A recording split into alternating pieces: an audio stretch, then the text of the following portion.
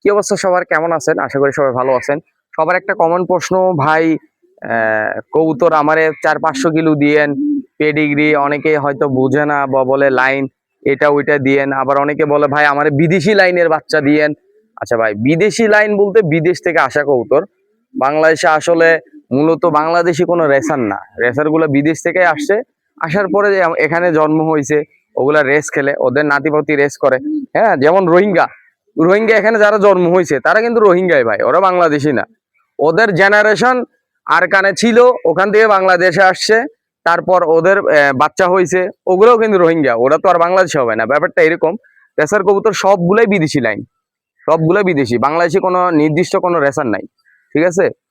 ওই বিদেশ থেকে আসার পর যারা ওই যে ভুয়া বেসে বিদেশি লাইন 500 কিলোমিটার রেস খেলবে, 600 কিলোমিটার রেস খেলবে, ভাই একটা কথা আপনার মাইন্ডে রাখবেন।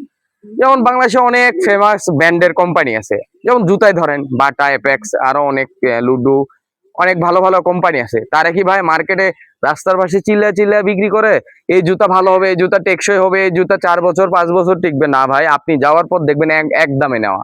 আপনি নিলে নেন, না নিলে না নেন, আপনার ব্যক্তিগত ব্যাপার। যারা ফুটপাথে বিক্রি করে তারা দেখবেন মুচড়ায় আছড়ায় দাপড়ায় দুপড়ায় বিক্রি করে, কেননা তাদের জুতার হকারই, মানে হকার টাইপের আর কি। যাই হোক, ওইসব কথা যাচ্ছি না। যারা এরকম দেখবেন তারা আসলে ঠকেন, প্রতারিত হন। হওয়ার পরে নক দেন, ভাই এটা আমারে বিদেশি লাইনের কবুতর দিয়েন, আমারে 500-600 কিলোমিটার রেস খেলে যে এরকম কবুতরের বাচ্চা দেন, যেন আমি 500-600 কিলোমিটার রেস খেলি। ভাই 500-600 কিলোমিটার রেস আসলে খেলা যায় না। যাই কখন গড়ে তুলতে হবে আপনাকে। আপনাকে 600 কিলোমিটার লং এর একটা কবুতর দিল, বাইরের দেশে 2000 কিলোমিটার রেস খেলছে, হ্যাঁ, ওইরকম একটা কবুতর, ওইরকম একটা কবুতরের বাচ্চা আপনারা দিল, আপনি কি করছেন? নিয়ে মাঠে নামাই দিয়েছেন। ও তো হারা যাবে, এটা ইজিলি হারা যাবে। আমার পেজের যে প্রোফাইলে ছবি আছে ওটা হচ্ছে বার্সেলোনা লাইনের, আমার ক্লাব প্রেসিডেন্ট গোলাম সরো ভাই আমার গিফট করছিল। যখন আমি প্রথম কবুতর নিয়ে চর্চা করতেছি, খেলতেছি, আমি কি করছি, ওর বাপ মা যখন অনেক লং এর জেনারেশন দে লং এ সাইরা দিছি, একবারে ছাড়ার পর দেখা গেছে যে গেছে গা, আর পাই না, ওটা হারাই গেছে। ফেনীতে একজন পাইছিল, দিবে বলে আর দেয় নাই। যাই হোক, যা গেছে গা গেছেই গা। তো মূলত হলো ভাই 600, 1000, 2000 রেস করা ওই কবুতরের জেনারেশন নিয়ে যে আপনি একবারে 600 কিলোমিটার মাঠে নামলেন, জাম্প করলেন, রেস করবেন, ব্যাপারটা এরকম না ভাই। পদে পদে শিখাইতে হয়, ট্রেনিং দিতে হয়, অনেক কিছু এখানে আছে। একটা পড়াশোনা আছে, সারা বছর এটা নিয়ে চর্চা করতে হয়, দেন রেচে নামতে হয়। ধরেন আমি মোটরসাইকেল চালাইতে পারি না, আমারে এখন দিছে R15, আমি কি করছি, দামি গাড়ি পরবো না, 5 লাখ টাকা 6 লাখ টাকা দামের ডে স্টার ডে রোডে নামে গেছি। বলতে ভাই আমি নিঘাত অ্যাক্সিডেন্ট করে মার্ডার, একবারে মার্ডার। এ তো গাড়ির দোষ না ভাই, দোষ তো আমার, আমি নিজে চালাইতে জানি না। ঠিক আছে? তো যাই হোক, এই কথা অনেকে বলেন যে বাহিরের কবুতর, আবার অনেকে অনেক রকমের কথা বলেন।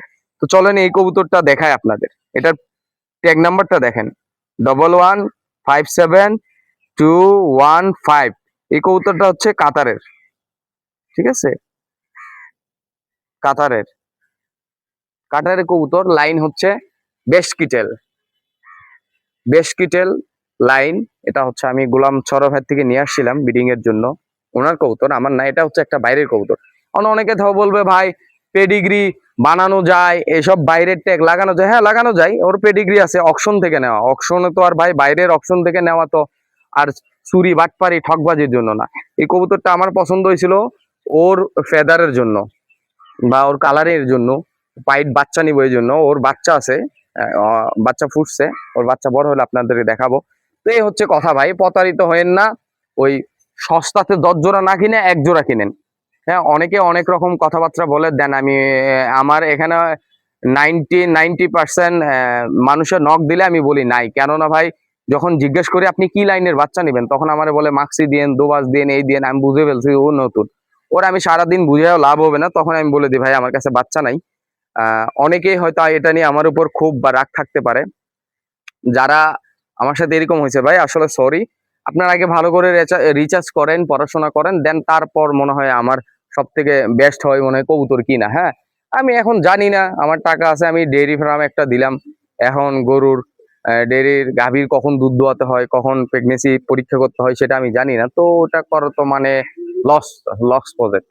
তো আমি মনে করবো ভাই আপনারা আগে ভালো করে শিখেন, দেন তারপর হয়তো নামেন, তারপর হয়তো ভালো কিছু করতে পারবেন। এই হলো আমার বক্তব্য। আর আমার অডিয়েন্স যারা হয়তো আমার কথাগুলাই কষ্ট পায়েন না, অনেকের আমি ডাইরেক্টলি বলে দিই নাই, নাই বলে দিই, মানে বাচ্চা আছে বলতেই নাই, সেল করেন নাই বলে দিই। মন টন খারাপ করেন না ভাই, শিখেন, দেখেন, দেখতে দেখতেই ভালো লাগবে ইনশাল্লাহ, দেখতে দেখতে শিখবেন, তারপর ভালো কিছু করতে পারবেন। Thank you.